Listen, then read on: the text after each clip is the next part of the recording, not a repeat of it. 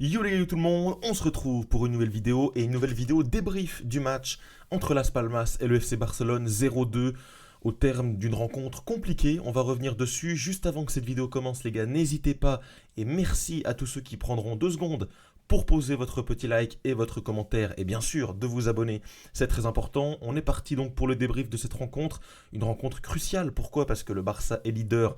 Évidemment, il faut garder cette première place, t'es au coude à coude. L'Atlético avait gagné un peu plus tôt à Valence 3-0, donc voilà, t'avais une petite pression pour l'emporter. Tu l'as fait au terme d'un match compliqué. On va quand même revenir tout d'abord sur la composition de l'équipe avec toujours un Araujo sur le banc. Eric Garcia lui est préféré. Koubarsi, Chesney, Koundé et Baldé, ça c'est la défense classique, les latéraux classiques. Au milieu de terrain, De Jong était au repos, c'était Casado, Pedri. Et puis c'était Fermin Lopez devant qui est sorti à la mi-temps. Il a fait un match vraiment compliqué, on va en revenir. Et Lamine Yamal, Robert et finalement Rafinha à gauche. Un match qui a commencé à la mi-temps, à la sortie de Fermin Lopez, une première mi-temps, franchement, où le Barça n'y est pas du tout. Une première mi-temps quasiment inexistante, fantomatique. J'ai été vraiment très très inquiet de cette première mi-temps. On le voit ici, que 0,4 XG en première mi-temps, on va dire même en deuxième, c'est pas non plus beaucoup mieux. Mais une première mi-temps très très fébrile, pas beaucoup de tirs, zéro grandes occasions, zéro grande chance. Des deux côtés, première mi-temps, franchement, on va le dire, on est encore au vestiaire. On est encore au vestiaire. Heureusement, Daniel Olmo fait son entrée. Je pense que voilà, petit à petit, il va commencer à véritablement rentrer dans le 11 définitivement parce que Daniel Olmo, c'est quand même bien supérieur à Fermin Lopez sur quasiment tous les aspects. On l'a vu, que ce soit dans les contrôles orientés, les contrôles, les passes, la vision de jeu, la finition. Sa finition, elle est clinique, elle est parfaite. Il rentre, il marque. Son but est magnifique. Magnifique. Passe de Lamine Yamal qui fait pas un top match en plus de ça. Donc ouais, très très très très très heureux. Et puis au final, le but de Ferran Torres qui rentre et qui marque le Tiburon, c'est magnifique. On va un peu revenir joueur par joueur. Bon, pour commencer, la défense. Ouais, la défense a fait plutôt un bon travail. Encore un clean sheet. Chesney fait un bon match. Il a, ouais, peut-être un petit peu pas si serein quelquefois, mais au global, il fait un bon match. La défense plutôt solide. Eric Garcia, moi j'aime bien ses matchs. Alors oui, il fait une main. Mais il y avait hors-jeu, il n'y a pas grand débat. Baldé fait encore un bon match offensivement. Défensivement, il est présent. Koubarsi est énorme. En plus, tu as pu faire reposer Martinez, etc. Donc, franchement, très bien. Défense, j'ai pas grand-chose à dire. Au milieu de terrain, par contre, là, évidemment, Pedri, c'est magnifique. Note de 8,1 alors qu'il n'est pas décisif par les stats. Donc, pas de but, pas de passe D. Il aurait pu faire une passe D en première mi-temps pour Fermin. Fermin ne sait pas gérer. En tout cas, énorme match de Pedri, que ce soit dans tout, franchement, techniquement, pour se retourner, pour presser, pour récupérer des ballons. Il était quasiment partout, c'était très bien. Casado, moi j'ai bien aimé son match, même s'il est un peu en dessous de Pedri, et on voit quand même que, franchement, je pense que De Jong lui est passé devant. Moi, De Jong, j'ai quand même bien aimé, même si Casado, franchement, même dans l'activité, dans les récup, même avec ballon, il n'a pas été dégueu, donc franchement, plutôt bon match de Casado. Par contre, Fermin Lopez, là, je vais avoir beaucoup, beaucoup de difficultés avec son match. J'ai pas trouvé qu'il fait un bon match du tout. Sur les ballons, on sent qu'il est un ton en dessous techniquement que tous ses coéquipiers. Dans les choix, il fait les mauvais choix. On sent même qu'il est un peu handicapant pour l'équipe. Alors oui, c'est des mots forts, mais franchement, je l'ai presque ressenti à quelques moments.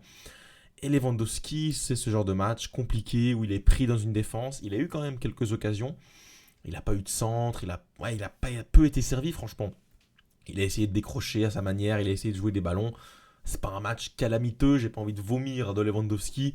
Mais ouais, on n'est pas sur un grand match. On n'est pas sur un bon match. Par contre, du côté de Lamine Yamal et de Rafinha, je trouve qu'il y a des analyses plutôt différentes qui peuvent être faites. Lamine Yamal, je trouve pas que son match il est dingue. Il fait pas un bon match. Ouais, il est dans une série un petit peu plus compliquée. Il a pas marqué depuis novembre ou octobre, fin octobre en Liga. Donc ouais, il essaye un peu de se chercher. Il fait une première mi-temps et une début de deuxième qui est très compliquée. Mais on va dire qu'il monte en puissance à la fin. À la fin, il est très très bien dans les petits espaces. Dani Olmo, magnifique passe pour Dani Olmo pour le but. Avec Pedri, ça s'entend plutôt bien. Il commence à avoir des dédoublements avec Koundé. Donc on va dire qu'il monte en puissance au fur et à mesure du match. Par contre, Rafinha, pour moi, a été très bon de A à Z. Alors oui, il a eu une ou deux occasions qu'il a mis à côté. Il a manqué un peu de finition, mais on va dire, j'ai pas forcément de grosses occasions manquées pour Rafinha. Il a été très bon, il fait une passe D en plus.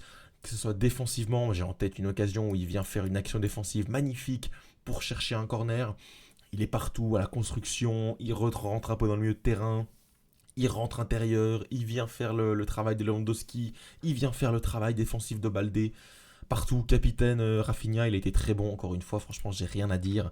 Et donc oui, sur la dynamique, la prochaine dynamique, hein, on a quand même des matchs assez importants qui vont arriver. T'as l'Atlético mardi en Copa del Rey, le match aller, t'as bien évidemment la Ligue des Champions qui va arriver. Ouais, par rapport à cette LDC, je pense que ce milieu de terrain-là, Lopez, Casado, Pedri, il n'est pas viable. Je pense que tu vas devoir à terme faire rentrer un De Jong, faire rentrer un Dani Olmo.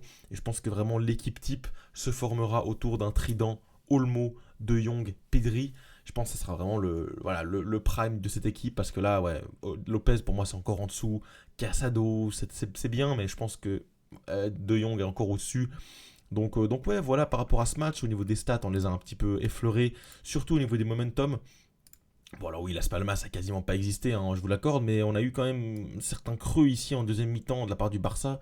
Ah, c'est pas non plus un Barça qui se procure énormément d'occasions. Quand on regarde les stats globales, au final, t'as que 1,4 XG alors que t'as 71% de la possession. J'ai presque envie de dire que c'est limite pas assez. Que deux grandes occasions avec le ballon que t'as la majorité du match. Je me dis qu'il y a eu quand même deux trois petites erreurs, deux trois petites imprécisions, un match qui manquait un peu de précision. Après voilà, il y avait plusieurs aspects qui peuvent rentrer en compte, le terrain que j'ai pas trouvé très bon, l'arbitrage que j'ai pas encore trouvé très bon, il y a eu quasiment aucun carton jaune, je crois qu'il y a aucun carton jaune pour Las Palmas, alors que franchement il y a beaucoup de fautes qui méritaient des cartons. Ouais, c'est des matchs compliqués, bourbiers, pour gagner des titres, tu dois gagner ce genre de match un peu au forceps.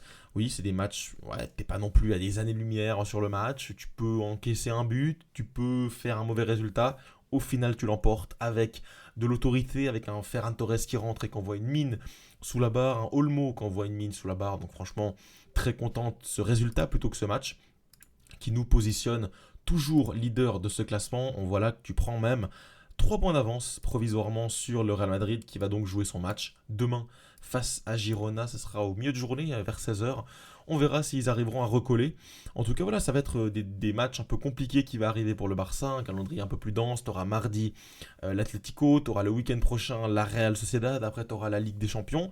Ça va commencer à s'accélérer, c'est la fin de saison, c'est le sprint final, c'est maintenant que les choses vont réellement s'intensifier. Donc voilà, je vais attendre ce Barça, je vais attendre Dani Olmo, je vais attendre Lamine Yamal, je vais attendre Pedri, qui a encore été magnifique ce soir.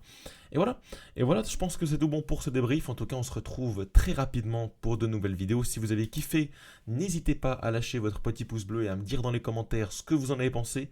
Voilà, ça m'aide, on peut un peu en parler dans les commentaires, ce que vous avez pensé du match de tous les joueurs au global. Est-ce que vous pensez réellement que Eric Garcia a mis sa place devant dans la hiérarchie par rapport à Araujo? Araujo, franchement, sur le banc, encore une fois, il célèbre avec ses potes. Je pense pas qu'il va être tituf mardi face à l'Atlético. Je pense que ça sera Martinez. On va voir ce qui va se passer. De Jong, Casado, Ferran Torres. Pourquoi pas le tenter un peu plus souvent, lui donner un peu plus de temps de jeu. Dites-moi tout en commentaire, comme ça on peut en parler tranquillement. Nous on se retrouve très vite pour de nouvelles vidéos. Passez une très très bonne fin de soirée et Visca Barça.